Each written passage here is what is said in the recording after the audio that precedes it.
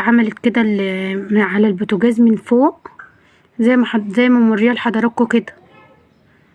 وهندخلها بقى الفرن يا حبايب قلبي. هتقعد من حوالي ساعه او ساعه ونص، من ساعه لساعه ونص. وبص بقى لون الفراخ والشكل عامل ازاي، جميل جدا جدا جدا زي الفراخ المشويه بالظبط. وهنا بقى يا حبايب قلبي كده هنجيب ورقه. لو الورق ده مش موجود عندك قشره بصله، ما تحترش ولا تغلبي نفسك في اي حاجه، لازم تتصرفي انك تعملي اي حاجه. ومعانا كده حته فحمه، احنا حطينا حته الفحمه دي على عين البوتاجاز وولعناها.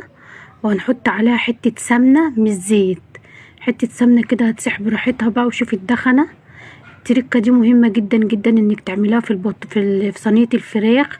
هتدي الفراخ كده، هتاخد ريحه الفحم، والبصل هيبقى ريحته فحم، وهتبقى جميله جدا جدا جدا وكأنها مشويه بالظبط.